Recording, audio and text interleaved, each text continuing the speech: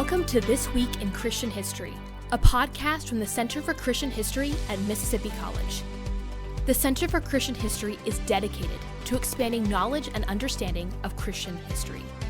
Our mission is to provide a scholarly, unbiased look at the events, figures, and movements that have shaped Christianity over the centuries. You can visit centerforchristianhistory.com for daily historical highlights. And each week on this podcast, we'll do a deep dive into key moments with Christian history's leading authorities. Our first historical highlight for the week is the addition of a line to the Australian Constitution on March 2nd, 1898. The Constitution begins with this striking theological acknowledgement, quote, humbly relying on the blessing of Almighty God, end quote. That phrase was not part of the earliest drafts. It was added after Patrick, or Paddy, Glenn proposed an amendment during the constitutional conventions. The late 19th century was an era in which many Western nations still assumed that public life and Christian belief were intertwined. Glenn argued that the new Commonwealth of Australia should formally recognize divine providence in its founding document. Despite opposition, the amendment passed. Our next historical highlight, and the subject of our deep dive, is Thomas Aquinas, a Dominican friar and scholar who sought to demonstrate that faith and reason are allies, not adversaries. His intellectual project helped shape medieval scholasticism and continues to influence Catholic theology. His most famous work, the Summa Theologiae, was designed as a comprehensive summary of Christian doctrine. Structured in a question and answer format, it addresses subjects ranging from the nature of God and creation to ethics, law, Christology, and the sacraments. Aquinas' articulation of natural law theory would later shape Western political and legal thought. Aquinas died on March 7th, 1274 AD. Our final historical highlight for the week is Hugo Black, a U.S. Senator from Alabama who served as an Associate Justice of the United States Supreme Court after his appointment by President Franklin D. Roosevelt. On March 8, 1948, the court handed down its decision in McCollum v. Board of Education, a case in which Justice Black played a central role. The ruling declared unconstitutional a public school program that allowed religious instructors to provide religious education during school hours in public school buildings. Writing for the majority, Justice Black argued that such arrangements violated the Establishment Clause of the First Amendment. The debate over how the Establishment Clause should be applied in American public life carries on to this day. Today in our deep dive, Nick Walters, founder and director of the Center for Christian History, talks with Father Cajetan Cuddy of the Dominican House of Studies about Thomas Aquinas.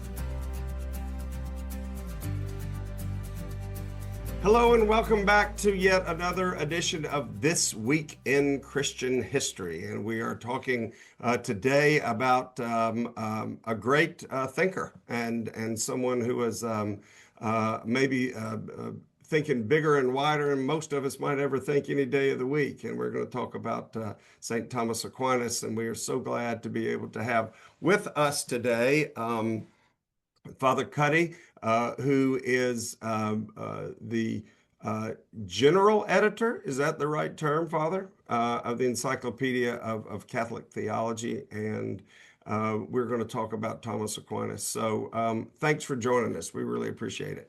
Well, it's a great privilege to be with you in this fine venture. And like you, I share enthusiasm for Christian history, so I'm happy to be here. I love it. Is it is it too big of a statement to say that Aquinas really is kind of the backbone of what would be Roman Catholic theology, but then also other things that he thinks about that may not actually fit into that theological piece, but others who are not Roman Catholic could absolutely listen and understand some of the things that he opined on and thought about? That's a lot, okay, but is there some truth into all that? I think that's a very insightful observation, which is as insightful as it is large and expansive. And so St. Thomas Aquinas, of course, was the 13th century Dominican the order of St. Dominic friar, Dominican friar, the order of preachers, and he was a philosopher and a theologian who covered virtually the entirety of the Christian faith, Catholic doctrine. And so, first and foremost, as you have said, he plays a pivotal role in the church's articulation of what Christians believe. And we see this enshrined, of course, in the 16th century Council of Trent. It's very Thomistic, St. Thomas. We say Thomistic rather than Aquinistic after Thomas Aquinas. Right. And then the Second Vatican Council, the Catechism of the Catholic Church. And so Aquinas, yes, he was important for Catholics. However, as you have also indicated, one of the fascinating things that is presently being rediscovered is how influential Thomas was, St. Thomas Aquinas, even for non-Catholics. So, for example, the Protestant scholastics, people like Francis Turretin, and the Puritans, like John Owen, they heavily relied upon St. Thomas explicitly, particularly in the debates between the Reformed and the Arminians, the Calvinists, the Reformed, and also the Arminians, even if they didn't agree with him always. Thomas Aquinas, because of your point, was such an expansive and imposing and influential figure. He transcends denominational boundaries in many ways if you track his presence and influence in the history of Christian thought. And so I think it is accurate to say Aquinas is not only, he was a Catholic theologian, a Catholic philosopher, a Catholic thinker, but he was first and foremost a Christian thinker. And we would say that that's why he was Catholic. Nonetheless, even non-Catholics, some of those who were not fans of Rome, were recognized you could abstract Aquinas's genius and holiness from a kind of a Catholic peculiarity, if we could say that. Right. So it could be, hey, I really like what he's talking about in natural law or metaphysics or any other type of thing. This guy's a thinker, just like a myriad of other thinkers. I can bifurcate or trifurcate, whatever it may be, where he gets into the more of the theological things that I might not agree with, but it doesn't mean that he's, we throw the baby out with the bathwater, for lack of a better way of saying it. Exactly. And for your listeners, particularly on questions with regard to whether human reason, natural science can demonstrate, prove God's existence, that's where he's heavily relied upon. A recent theologian from the Protestant tradition, Norman Geisler, was very famous for being a Thomist, and he wrote many brilliant books. I've read them. Whereas a Protestant, he looks at Aquinas' arguments for God's existence. We see that within history. Two other doctrines that Protestant theologians have looked to Aquinas for help upon are the doctrine of providence, how God ordains all things, all beings, and then specifically within providence, the perennially controversial question of predestination. Thomas Aquinas on those three doctrines is particularly profoundly influential in the history of Protestant and Catholic thought. So, yeah. Right. So let's talk about his big work. Okay. I mean, I guess we would be able to talk about his primary work, right, would be the Summa Theologiae, right, would be his primary one. But give us a little background on or some thought process. If I'm a guy in what we might call the high Middle Ages, okay, I mean, how do I get to this spot that it's not like I'm herding sheep or something, right? And I'm out there and these things just pop into my head necessarily.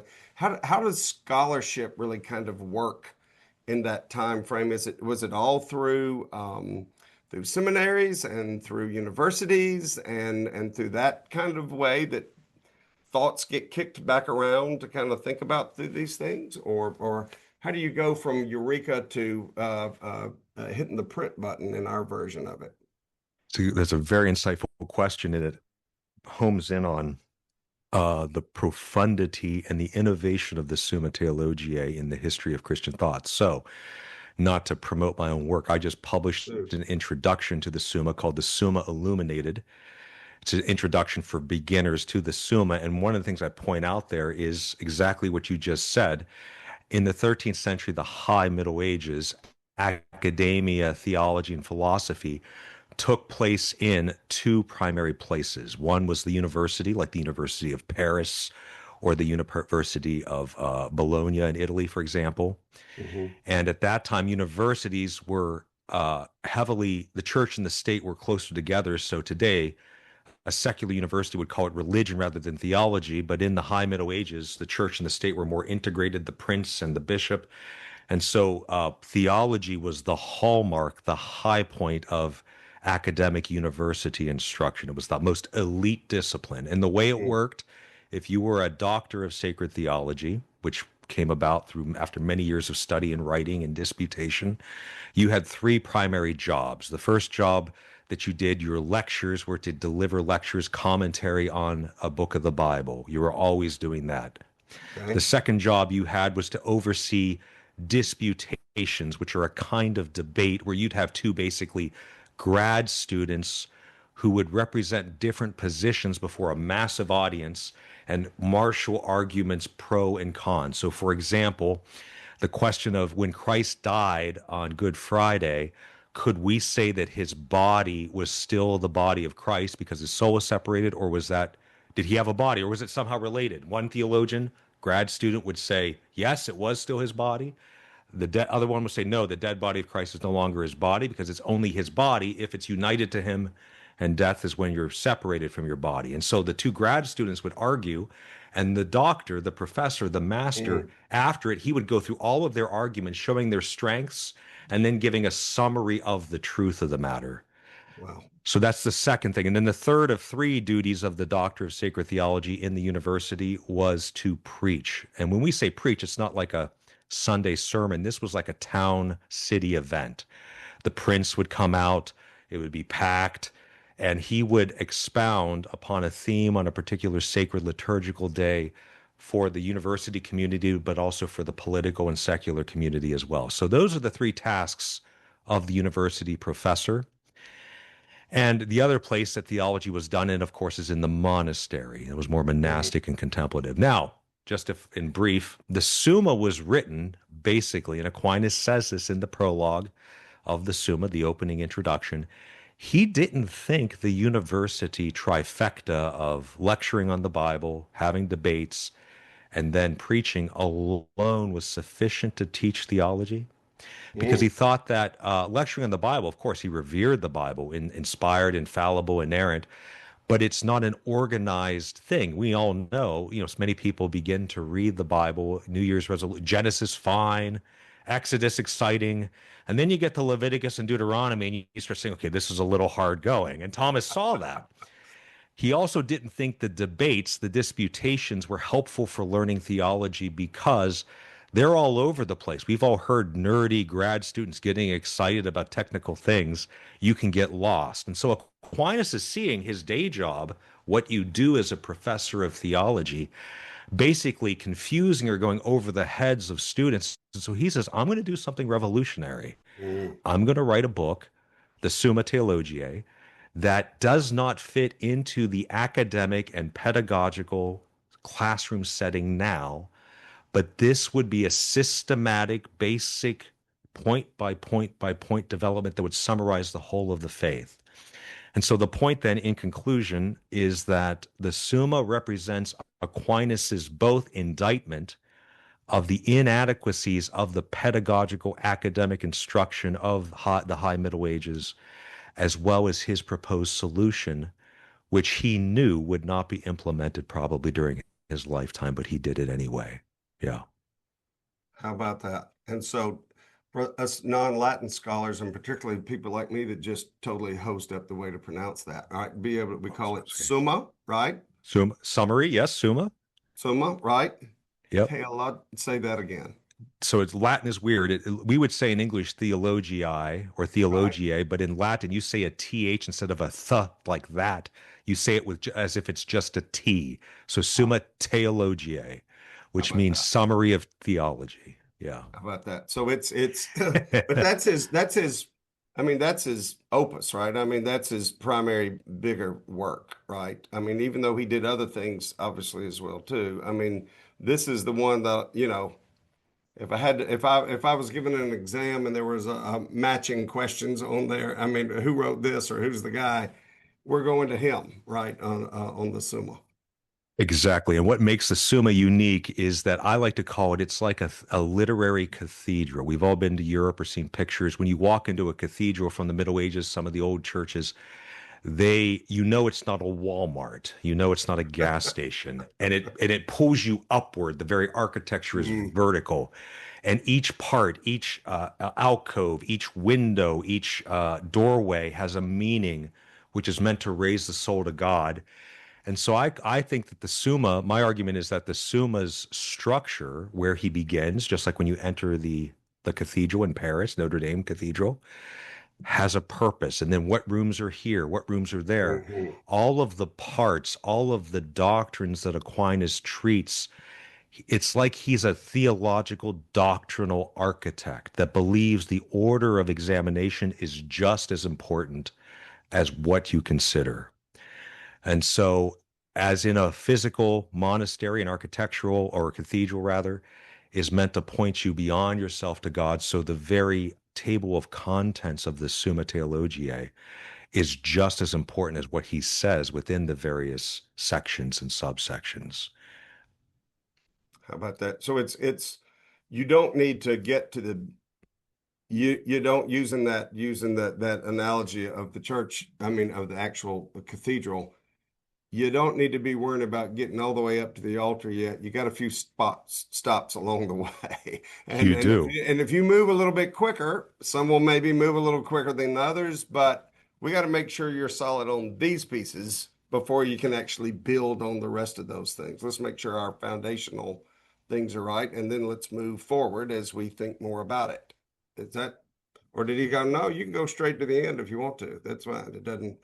As far as the pathway is concerned, or the structure about that. Precisely. Some scholars. Exactly. No, is that kind of like they're building blocks, and let's make sure you're good on block number one, okay, before we kind of move into block number two. But this is the way, there's a path to it, and there's a reason in the structure. Exactly. The word path is perfect. Yes. He wants to take you from what is more clear and evident, both naturally, according to our own, what God has revealed, what we can know about God naturally, and then supernaturally move from the most evident to the less evident. And it's true, like we've all gone to big churches. You can go to a side chapel or to a side room that's beautiful and just sit there and pray and appreciate it. You can go to like the middle part of the Summa without going through the first part. But Aquinas really intended the whole table of contents and the structure, the outline, almost in invisible ink, but gloriously invisible ink, to say God. That's kind of his purpose. It's a thoroughly God.